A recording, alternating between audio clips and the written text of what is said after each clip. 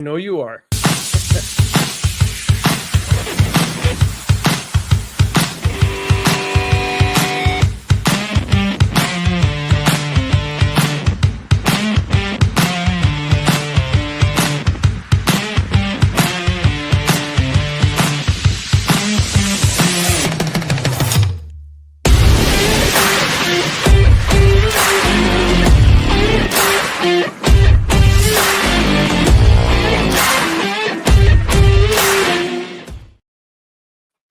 Welcome to Office Hours, episode 758 or so, because we never keep track truly, but we know we have a minimum of 758 of these episodes. And from the beginning has been the OG himself, my mentor, the double B, Blaine Bartlett, BlaineBartlett.com. And he is absolutely the foundational, seminal leader in the soul of business, the author of the amazing book, Compassionate Capitalism, and many others coming your way. Mr. Bartlett, or should I say Sir Blaine Bartlett, how have you been, my friend? I've been doing quite well. Thank you. Thank you. And thank you for that introduction. That was very special, very sweet. Appreciate Well, it. you are one of my best friends and best mentors and family. My wife and I and kids consider, obviously, we've traveled the world together and had amazing experiences. And it's not by chance. And speaking of chances, we have Beth Lachance here with us, and she's the Hey, nice founder. segue. I like that. I'm working on it. I got an ABC development deal in the works, so I got to start showing some commercial power. Anyway, founder and CEO of Global Medical Virtual Assistants, Beth Lachance. Welcome to Office Hours. Yeah, woohoo. Thanks for having me. Woohoo! I love that. Well, Yeah. virtual assistants are a major part of my business and so many other people's business, but I think that people like AI have the wrong perspective of how to use or when to utilize virtual assistants. And I imagine the same holds true globally in the medical industry. What are some of the nuances when we're looking at the capabilities of virtual assistants in the medical industry that are not just economical, but culturally beneficial to an organization? Yeah, thanks for that. Yeah, we are heavily infiltrated in the Philippine culture. So, and what's fantastic for the Philippine culture and for us here in the United States is that they're natural caretakers. They're amazing, and as a matter of fact, the number one graduating degree in the Philippines is nursing, and because of that natural caretaking culture. So for us, that's a massive benefit for being in the Philippines and bringing Filipino people here to the United States remotely to be able to plug them into positions where they're having a direct impact with patient care. So that's one of the awesome nuances and phenomenal things for us. Well, you've had some pretty spectacular growth. I mean, the firm, if I've got my numbers correct here, you started in 2019 at 46,000 just gross revenue, and now you're 16 million. Yeah, actually over that right now. So yeah, that's a pretty interesting trajectory. And that kind of sparked a question in my mind, because if you're working with virtual, particularly in the medical field, and I've got a background in this sector, on the teaching faculty of the American Association for Physician Leadership, and the whole notion of HIPAA, guidelines, and I mean all of the stuff around privacy and the sensitivity that people experience. How do with that hockey stick growth, you have done something that has handled people's innate aversion to having somebody that's a virtual assistant actually take care of them and shepherd them into that system, because it's a front end load, right? Correct. Yeah, absolutely. What have you paid attention to? What was the nugget that you actually, or the major crux that you needed to work with there? Well, a few things, but I have to say timing has been everything, Blaine, because previous to COVID, virtual assistants being utilized in the medical space was not really happening at all. No, it wasn't. There was only one player, one competitor of mine that was out there at the time that even was in this space. So, and like David mentioned, he's been utilizing virtual assistants for a long time, and so many other industries have been. They've really been able to use them as a huge resource. But the medical space, they've really been held back. So the timing of everything, COVID happened, it forced the hand of medical providers and hospital systems, medical systems to immediately go to remote care. And so with that, I mean, my business just absolutely exploded in such a big way, because the conversations and the sales calls that I used to have with physicians, physician groups, and or practice managers and C-suite level people at different medical facilities, it was so many hurdles to get over just to be able to grasp the thought about being able to bring in medical virtual assistants. COVID happened, forced everyone's hand, and immediately we jumped in, and it has just taken off. But we still have some hurdles to get over. Some people still just have, naturally in medicine, we're a little slow to move forward and different things. We need proof of concept for quite some time before we go ahead and do that in data.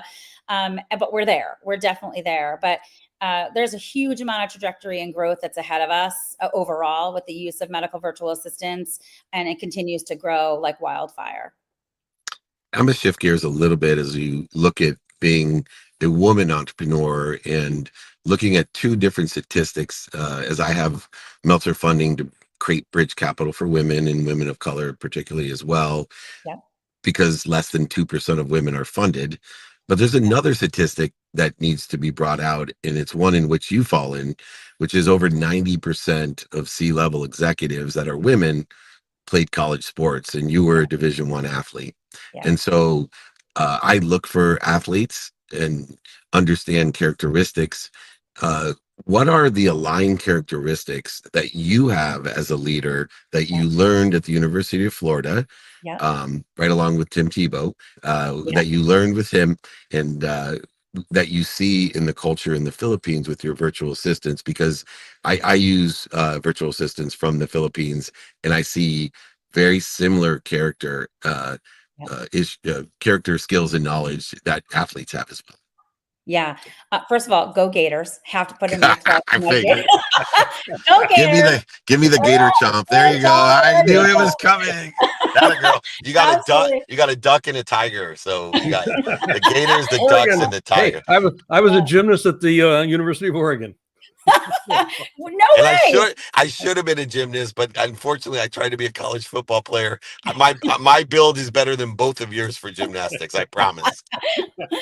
All right, awesome. Well, all right, getting back to Go Gators. Getting back on point. I think one of the things that I have found in the Philippine culture that aligns so incredibly well with me is that being empathetic, but the refusal to give up. Yes. Just the refusal to give up and wanting to keep going at it and get things right. And that in so many ways, people, especially my management team, and I have about 120 people right now in my support staff that support all the different parts of the structure of our business. It is just that team approach. Not wanting to lose, wanting to win, wanting to lift everybody up and just an overall take over and win. And so that I love that, because being a team athlete, being an athlete overall, I mean, you want to be surrounded by A-game players, but beyond that, you want them to all really be suited up and ready to fight, right? And so that's always really exciting, is that I'm surrounded by people in the Philippines that have that same culture. It is the common denominator of all successful people: billionaires, millionaires, entrepreneurs, celebrities, athletes, entertainers, and even virtual assistants from the Philippines in the medical industry. That's a desire that you must be what you can be. And I find that to be a great common denominator of all successful people like Beth Lachance. Check them out if you're in the medical industry and looking for some great help at a very cost-effective and efficient way. I can't think of anyone better to call than our friend Beth Lachance. Beth, please promise us you'll come back soon. Oh, absolutely. I will be back, and I'll be seeing you in August in New York. All right, let's do some somersaults. All right. There you go. All right. Love it. All right. Thanks so Sounds much. good. Thank you. Thanks, Beth. She's awesome. All right, we're rocking and rolling. We got Hey. beautiful, wonderful women coming on. As you know, we dedicate so much of our time to Unstoppable Women, something founded, the Unstoppable Foundation, by an amazing woman, Cynthia Kersey, who is unstoppable. Nothing can stop Cynthia Kersey, not even Blaine, as much as he always tries. Anyway, let's bring somebody on who's extremely wise. Let's bring Amy Weiss to our table, CEO at Amazing at Home. Amy, thank you for joining the Two Middle-Aged White Men. Thank you so much for having me. What a pleasure. So Amazing at Home's educational programs are based and utilized for entrepreneurs. And there's a lot going on in sourcing today with tariffs and all types of different critical business issues that are difficult to understand but necessary for a brand, for products. And it's creating some great challenges, but also creating some great opportunity. And one of the things, as you can see in the tagline for Blaine, that I believe in, is the fastest way to get to where you want to be is find someone that's already there and ask them for directions. You definitely can help people with those directions. What are some of those directions as a mentor and educator that has guided thousands of people with products and that are based for entrepreneurs in an international sourcing opportunity? Yeah, so I think some of the biggest things is that you really don't know until you go.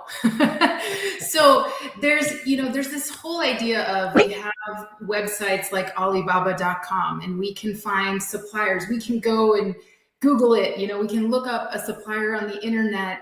We can look up how to import. We can try and figure this out. But until you actually go, and I take people to China twice a year for the world's largest trade show, and there's over 80,000 suppliers in this space the size of 4 large airports. It's called the Canton Fair.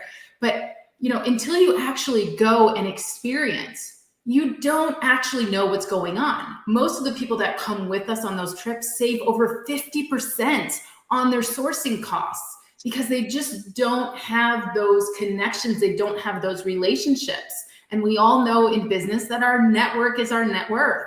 So it's just really, really important. Your supplier and your supply chain, they're your partner in business when you're in a product-based business. So it is really, really important to build those relationships, understand what contracts you need to have in place, understand the legalities of the places that you're sourcing from, and more than anything, understand the opportunities that are available to you that you really don't see when you don't go. So that's like my biggest piece of advice is you gotta go.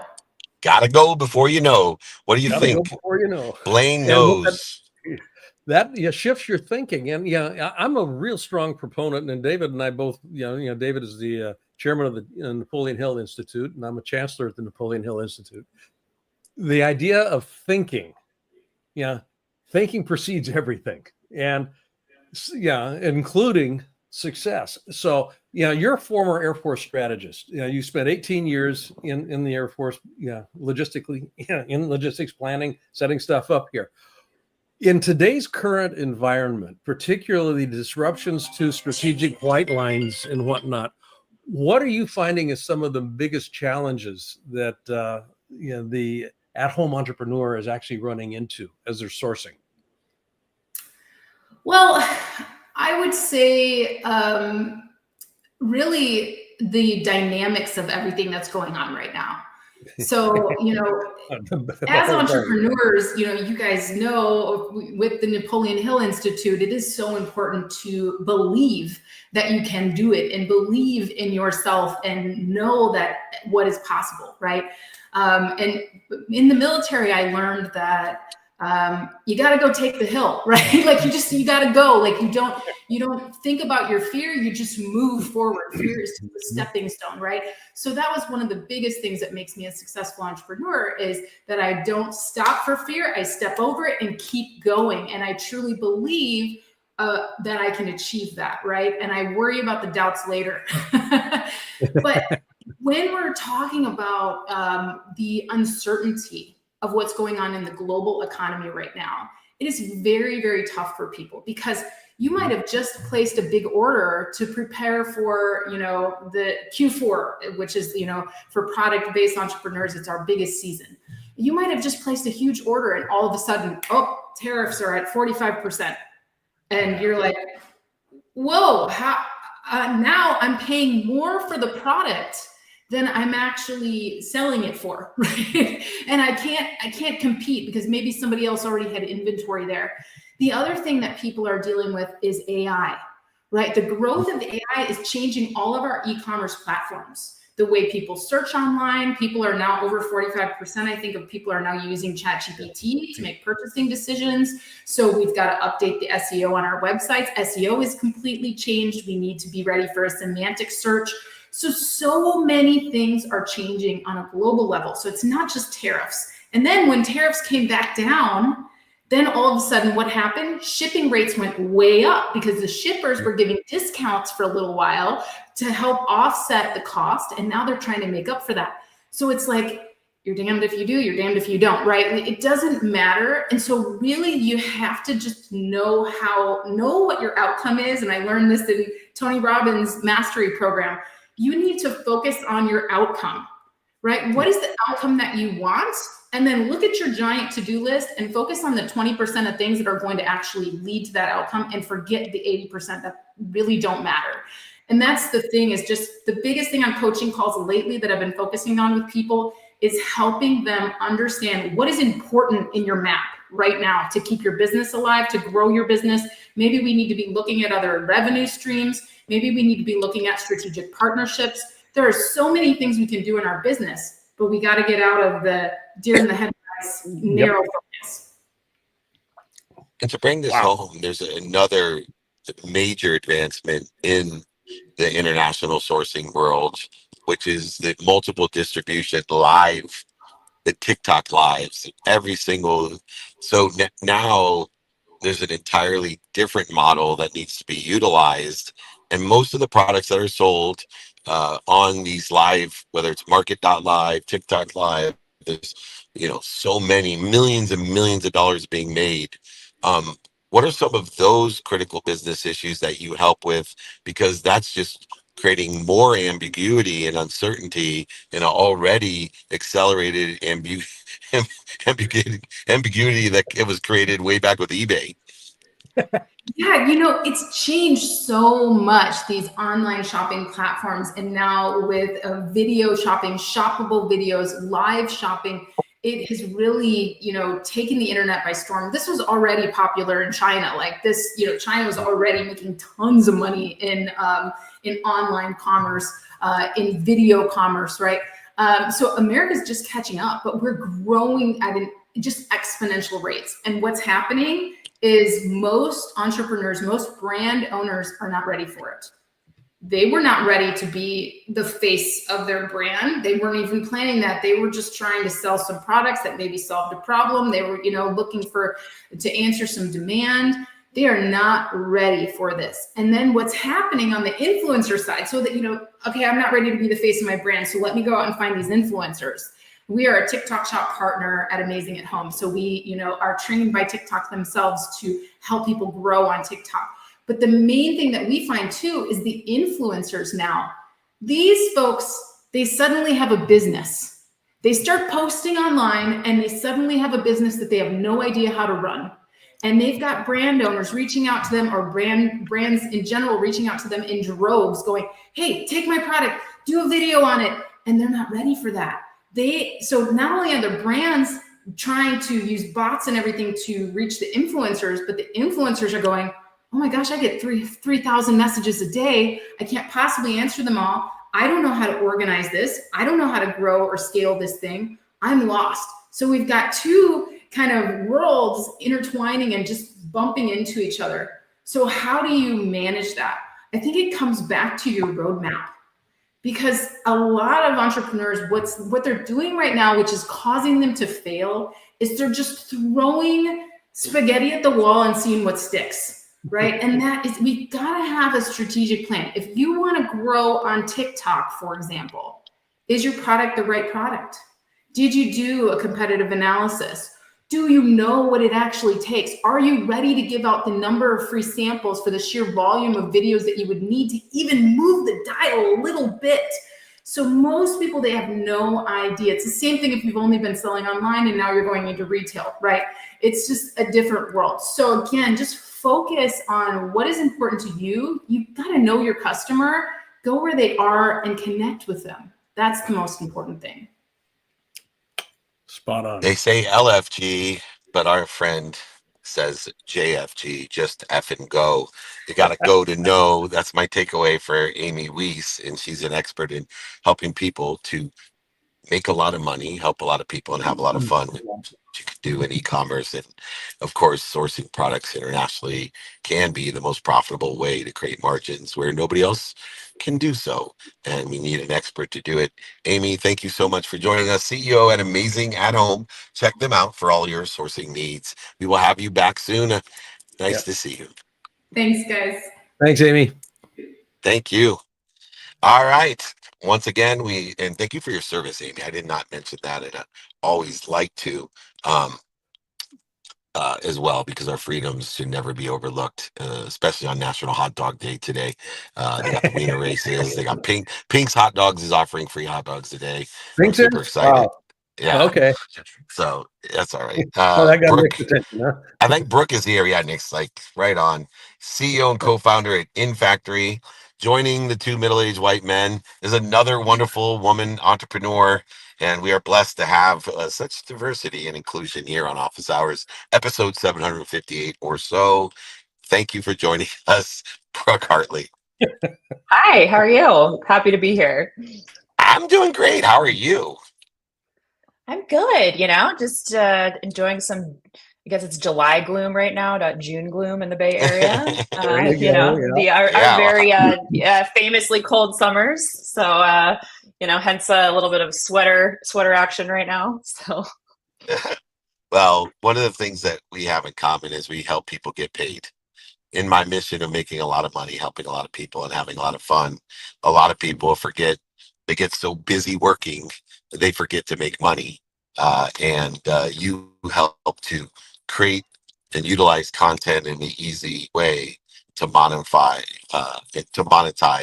our own creations, and with different formats that can be safely utilized and queried and cited and licensed. It is the future, I believe, in content. Give me an idea, Brooke, of the nuances that are involved, because so many people ask me as a coach, a mentor, and a teacher, hey man, I'm not making any money, but I'm making a lot of content. Yeah.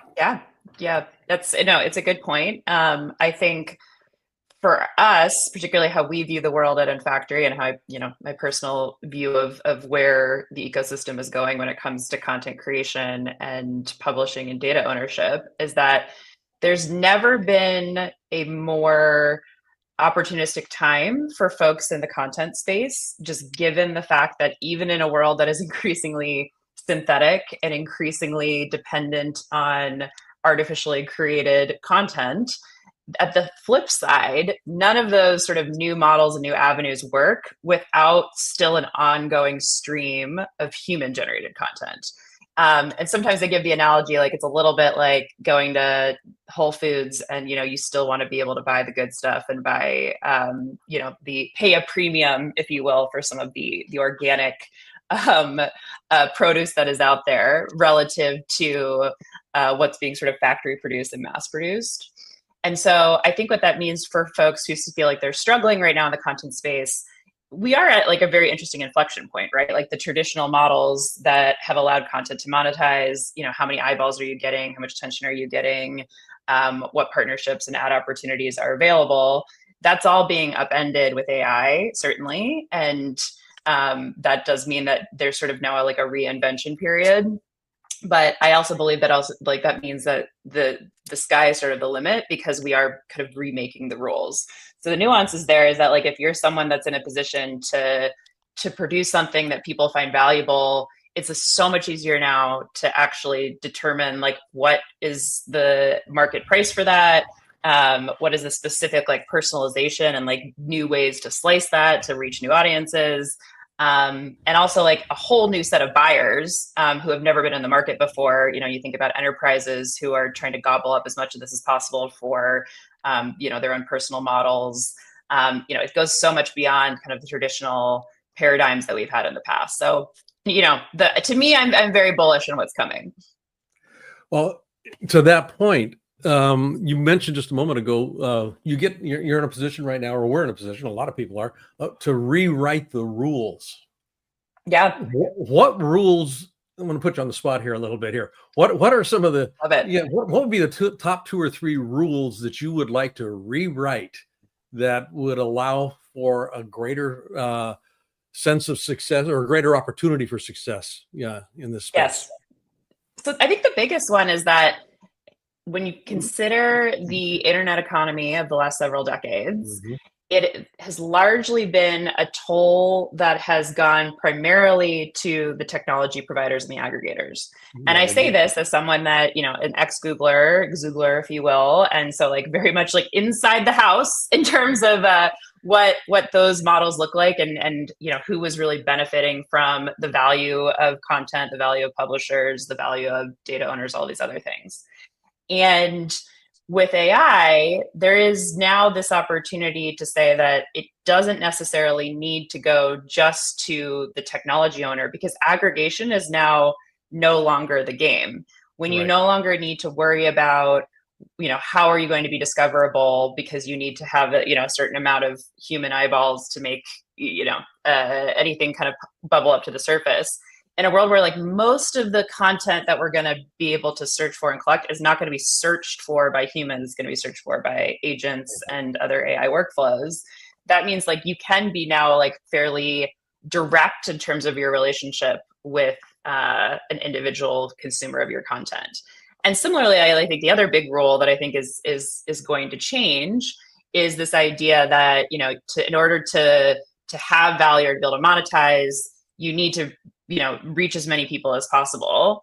If what you have is valuable, but potentially niche or specific, even like very personalized slices of information are now going to be able to be monetized in a way they couldn't before. So like an example I would give is that we, and in fact, we work with some folks in the sports industry who have done traditional licensing of, things for broadcast. If you're taking footage of various matches or games, there's sort of a limited amount of people that can pay for that content because you kind of have to sell it in bulk. There's a lot of concerns about rights. The deals are very archaic, but they're now trying to think about, there's actually lots of like individual points of metadata in this content that could be bought by, people that are doing biomedical research. It could be bought by people that are building new video models in the AI space where, it can be aggregated in such a way that you don't have to worry about copyright and who's getting the attribution exactly, and because it's sort of generalized across the space. That's like a completely new addressable market for them. And that means that, again, the old rules of sort of like, well, there's only a few players you can sell to, it's a little bit monopolistic, start to open up. Beautiful.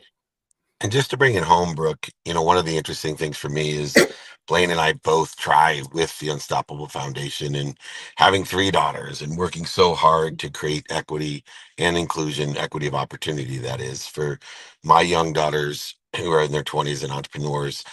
I find an interesting relationship to AI. You've been a leader in women's tech, and have faced the predisposition, the unintentional biases that are created in tech for women, that middle-aged white men like Blaine and I have to unlearn, being in tech since the early 90s before you're probably born.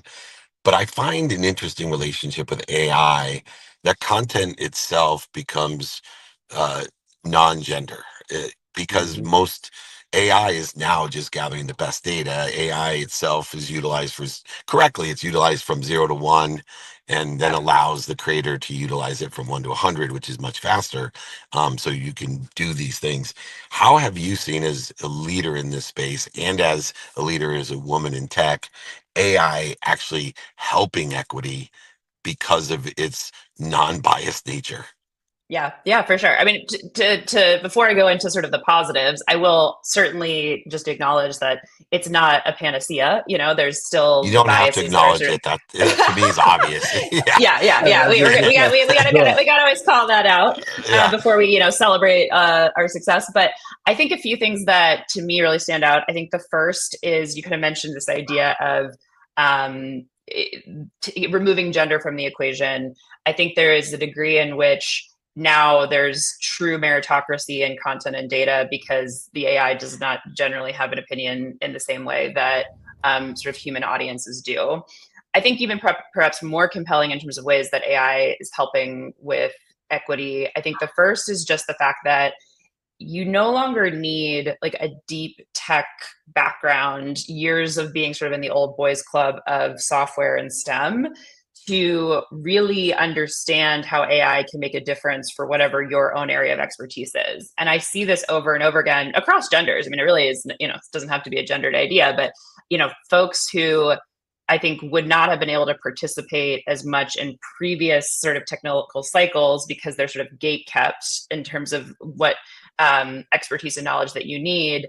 Now, with like things like Cursor and Windsurf and Lovable and all of these other tools that allow you to really get kind of up and writing with prototypes and workflows with very, very limited sort of deep technical expertise. I mean, people are starting companies without really needing to hire a CTO.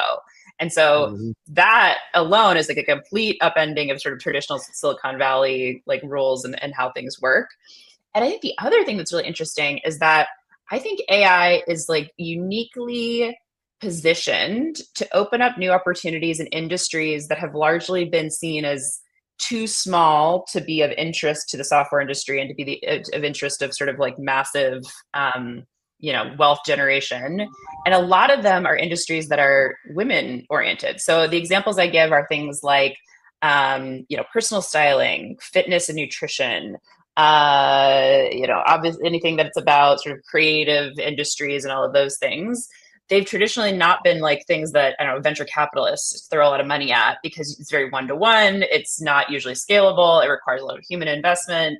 And there are also industries that like by the numbers are just much more female oriented. Now AI actually allows you to very much expand and make those like attractive business opportunities. And so from an equity standpoint, I think some of the great wealth creation that's going to come out of AI is going to be in industries that we've kind of seen as being, not sexy and also female directed for the most part. I am all for not sexy making a ton of money. Just asking for a friend. Anyway, Brooke Hartley, I have so many introductions for you. So if you don't mind me reaching out, there's some boards and some other places that need Brooke Hartley's expertise in this space. So incredible knowledge, incredible skills. And we certainly appreciate her incredible personality, bringing us an amazing perspective to help us all with the future. Brooke, thank you so much. Promise us we can reach out to you. Promise us you'll come back and join our other shows. Of course. Happy to. Have a good one. Thank you. Great job. Thank you, Great Brooke. interview. Thank you, Brooke. 3 amazing women. That's awesome. Wow. That's what my show's about. Anyway, Brooke, your name is Blaine. Blaine Bartlett, could you tell me your takeaway of the day? Yes, you're getting close to the airport there, so I'll make this quick. The big takeaway, and all three of them actually touched on this. I'm going to crib this from Marcus Aurelius. The obstacle is the way. Whatever barrier you may have in front of you that you think is a barrier, it actually is the secret sauce to your next level of success. So if you know how to think about it, if you actually can leverage it, the future is your oyster from that perspective. I mean, literally, that little grain of sand can create something amazing. It's so good, especially with technology today. As I was watching the Shanghai Tech Show where they have flying cars and magnetic unicycles and all types of killer technology that I'm watching that's just rocking my world. My takeaway is really simple. If you want to make the best bet in your investment in business, bet on a woman. I'm sorry, I get to do 12 interviews a day, and it is shameful that women aren't capitalized for their businesses correctly. just go ahead. If you don't believe me, go back, watch this episode. Tell me what middle-aged white man is better than those three women, because I don't know any, and that's including Blaine Bartlett and myself. These women are awesome, and so I'm going to get on my pedestal and preach and teach and yell, please. And if you want to make money, invest in the best people that can make you money, which by far, in my experience, statistically, proven now over years, if you like the color green, then invest in women. I promise you, you will have more green in your pockets, in your bank accounts, in your crypto wallets. Don't worry about it. All right, Blaine Bartlett, we will see you next week. Thank you for being a steady Eddie. I will see you. Maybe we'll do it in person at my studio next week. We'll see you when you're coming down. Give me a call this weekend. I want to catch up with you and Cynthia. I love you. I'm proud of you, and I always have your back. Take care, buddy. Same. Take care. Awesome. All right, we're going to the airport. We're going to be in Milwaukee tonight for a VIP dinner, Mastermind tomorrow. Then I'll be in Ramona, California, Dallas, Texas for the Aspire tour, back to Orange County, and then San Juan, Puerto Rico. Forget about Jamaica, Guatemala, and all of those, and Dubai. We'll work our way towards that, 200 cities a year. If you want to join us, it's david@dmeltzer.com. david@dmeltzer.com if you want to be invited to over 200 things a year, meetups, holding courts, free Friday trainings, free Wednesday trainings, speeches, dinners, lunches, masterminds. 949-298-2905. 949-298-2905. Remember, most importantly, be more interested than interesting. Be kind to your future self and do good deeds. Hit it, Gigi.